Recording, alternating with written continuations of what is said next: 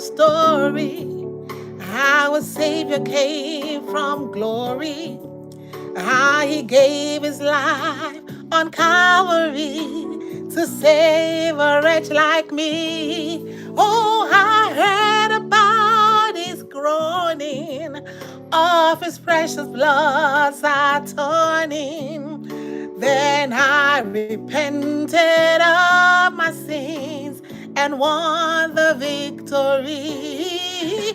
Oh, victory in Jesus, my Savior forever.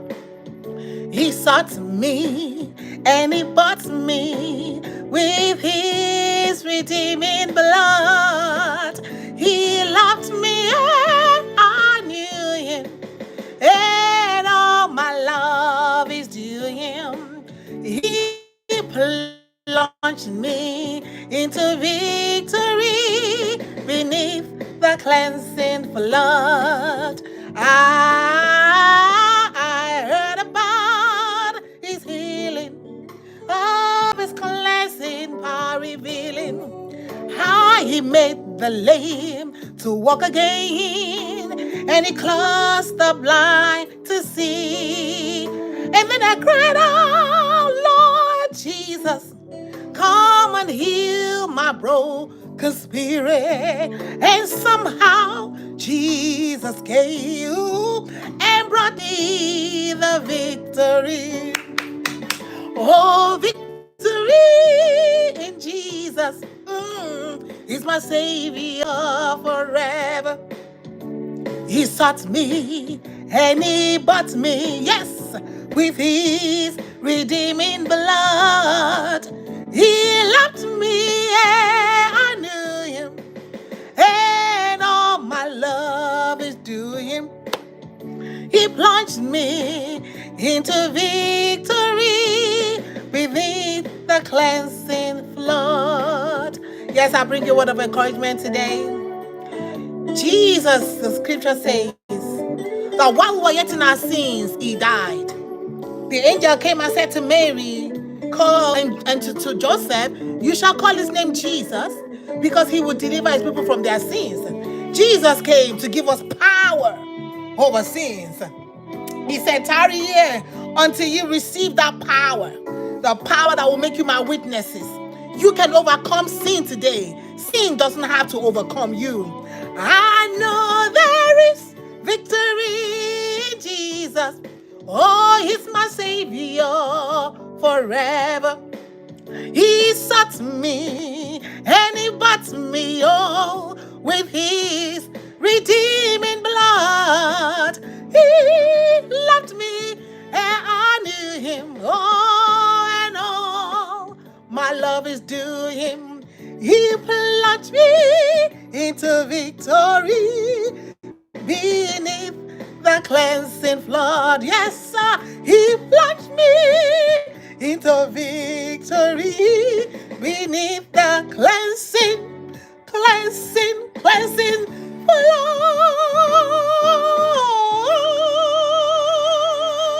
Yes, sir. Hallelujah, my people.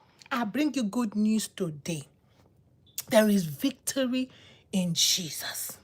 This is an old story that existed long time ago.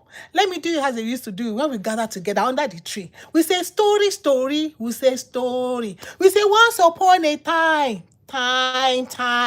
Hear this story. Hear this story, this old and beautiful story. Why must you die in your sin? Why must I die in my sins? Why must we die in our sins? Why must we look as if we are so helpless when Jesus came to give us victory over sin? Hallelujah. Hey, how are you? I see you. Welcome.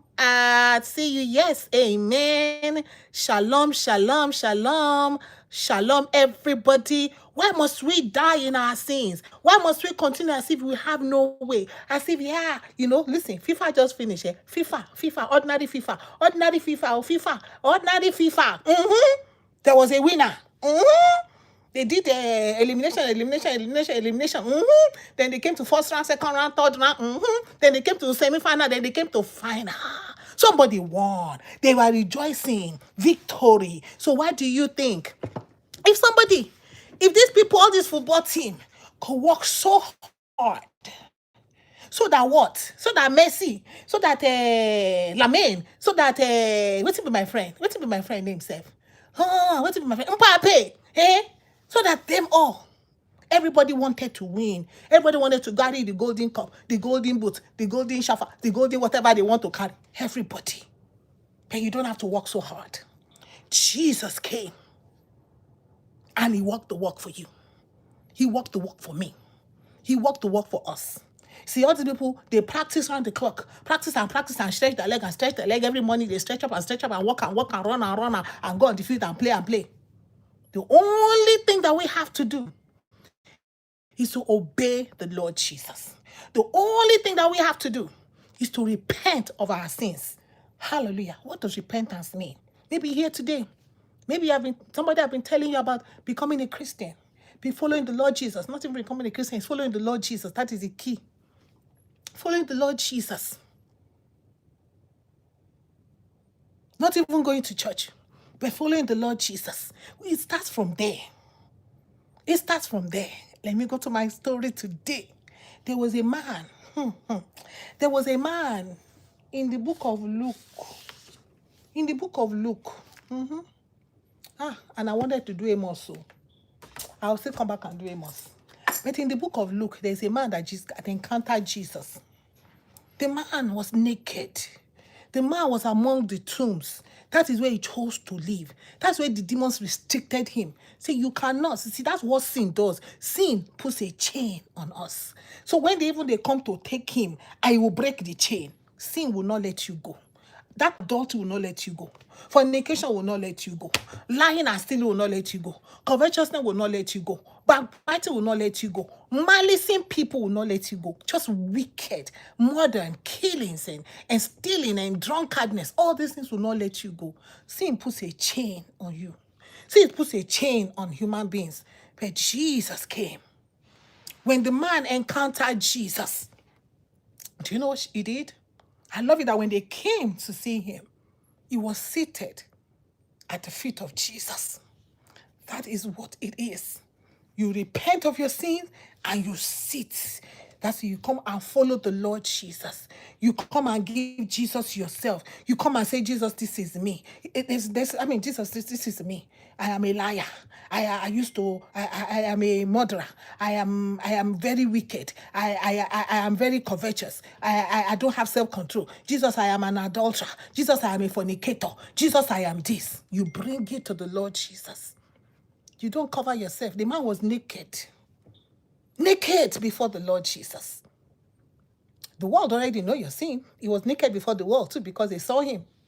People already know that you're a fornicator, you're an adultery, you commit adultery, you do every kind of evil. People already know you. Some people, you may even be in jail already. It's a form of prison. Sin imprisons us. Sin puts limitation on us. But when we come to the Lord Jesus, there is victory over sin. Don't let nobody tell you, you cannot overcome that adultery. You just have to, you have to try. They will say, men are adulterous in nature. So a married man already coming into marriage already will have a mind that men are adulterous in nature. So the wife that is to be, that is just getting married, should just not understand that men are adulterous in nature. Chains on you. But there's victory in the Lord Jesus. There is victory. How do you get victory? You sit at the feet of Jesus. What does it mean to sit at the feet of Jesus? You sit in the word of God. Daily you repent of your sins. Daily you seek to walk with him because you understand that he already paid the price for you. We understand that he already bring to the cross. We understand that he came to show us how to live. Oh, I'm always hungry. And then they tell you, hungry is a human nature. It's the emotion of men. They are trying to bind you and put you in chains. Jesus said you should not be angry. Jesus said we should not sin with our anger because there's sinning with your anger. When your anger continues the next day, in fact, the next day, that day, When your anger continues that day, and you wonder, what are you angry about too? You're angry because somebody said something wrong to you. Jesus said we should deny ourselves. You see how they come and tie you to anger and make you feel as if it's okay. It's okay. It's okay to be angry. No, it's not okay to be angry. There's victory over anger. You can get victory over anger. You can get victory over anger today. You don't have to accept what you have been told. You don't have to accept what the world is telling you. You don't have to accept. You say, what did Moses command you? Psychology have commanded you. Your country, your elders, Jesus said, I'm doing that series also. Jesus said, I say to you. They have told you this and told you this and told you this. We have grown up with it. Our parents have told us. Our elders have told us. Our apostles have told us. Our imams, our alphas, our psychologists, our whatever therapists have told us. Moses has commanded. But what did God say from the beginning? Because guess what? Moses was not in the beginning. Your therapist, how old is therapy? How is your therapist? He was not in the beginning. When God created you and formed you in your mother's belly, there was nobody that was there. Even Moses was not there when God formed you in your mother's belly. It was you, God, your mother, and your father. And at the point, your father just gave him, God gave your father the sperm. Your father just contributed the sperm and the egg of your mother, and God began to form you. He says, he formed you. He formed you from your mother's belly. He formed us. He knows you. You can overcome that sin. Don't let the world tell you that is not possible. Jesus said, repent, for the kingdom of God is at hand. There is no other way. There is no other way that we should be saved. Nobody else, I tell people all the time, no one else in all the religion of the world promises you salvation. Nobody else came to save you from your sins. So if there's nobody else that came to save you from your sins, and behold Jesus, John said, behold the Lamb of God that takes away the sin of the world. No other person, no other human being. Behold the Lamb of God that takes away the sins of the world. He is the Lamb of God. He is that lamp of sacrifice that takes away our sins. Amen. So one, you have to believe that you're a sinner. You have to believe that Jesus is able to take away your sin. Are you a sinner? Do you believe that you need salvation? Hallelujah. There's victory in Jesus. He's our Savior forever. There is no other name whereby a man must be saved. Jesus said, I'm the way, the truth, and the life. Nobody cometh to the Father except by me. There is no other way to the Father. Jesus said, when you pray, say, our Father who is in heaven. And God said concerning his son, say, this is my beloved son, in whom I am well pleased. And God said concerning him again, say, this is my son, listen to him. So what is Jesus telling us today? He's telling us to repent of our sins. Stop making excuses for yourself. Stop, accepting a defeated life that, okay, I'm just going to be like this for the rest of the world. No, Jesus did not come so that you be like that for the rest of your life. No, Jesus did not come so that we'll remain in our sins. He said, should we continue in sin? No, the scripture tells us, no. Jesus came. He paid the price. He died for us so that today, you and I can have victory. There's victory in Jesus. That's the good news I bring to you today, that there's victory. You married man, there's victory over that adultery. You unmarried man, you unmarried woman, there's victory over that fornication. You that is wicked, there's victory over malice. There's victory over wickedness. There's victory over covetousness. There's victory, whatever it is you're struggling with. Come to the Lord Jesus today. It is not enough for you to say, okay, I'm trying. I'm just, okay, let me go 10 steps of not to be angry. Oh, let me say this. They tell you, if you masturbate, well, this is how you're going to do it. When you get in the shower, get in the shower is not the solution. After you get in the shower and come out in the shower and come. After you come out in the shower and come. After that and come, it continues. Chains. Remember the man in the tomb. Chains. Chained. Taken away from the community. Naked to the rest of the world that they can see. When you want to angry with your wife, just go out, and then you end up in the pub. You end up in the drinking parlor. In the drinking parlor, there's one small girl.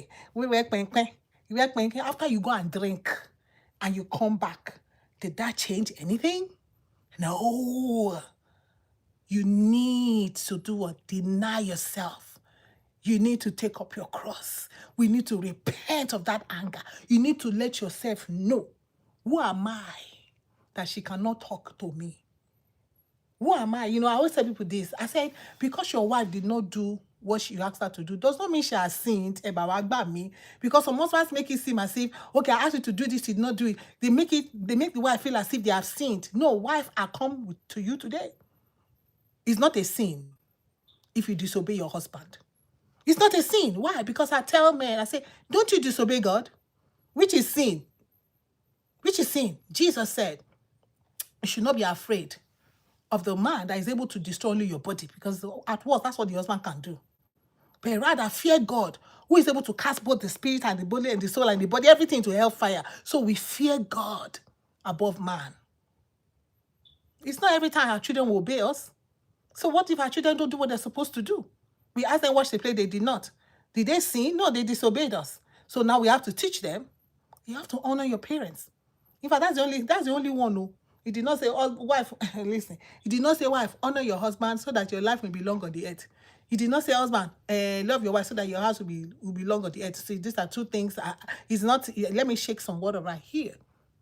So because we started as children, so we started to learn how to honor adults as children. So when we honor our parents, when we honor our father and our mother, then we are promised to live long on the earth. So because your husband say you're very disrespectful, you're very dishonored, you're very clinical, does not mean that your life should be cut short. Did you hear me? But everybody repent. If it's a sin, repent of your sins. That is what Jesus is asking us to do. We don't have to continue in our sins. We don't have to continue in our sins. So the Lord bless you. Welcome to our channel. If this is the first time I'm visiting here, just make sure like, subscribe, how they always say it, so that you can receive notification when we do come up, because we bring good stuff on here. We bring stuff that will help us in life, especially as we journey into eternity. The Lord bless you. Shalom. Oh, victory in Jesus, who my Savior forever. Yes, that's who he is. God bless you.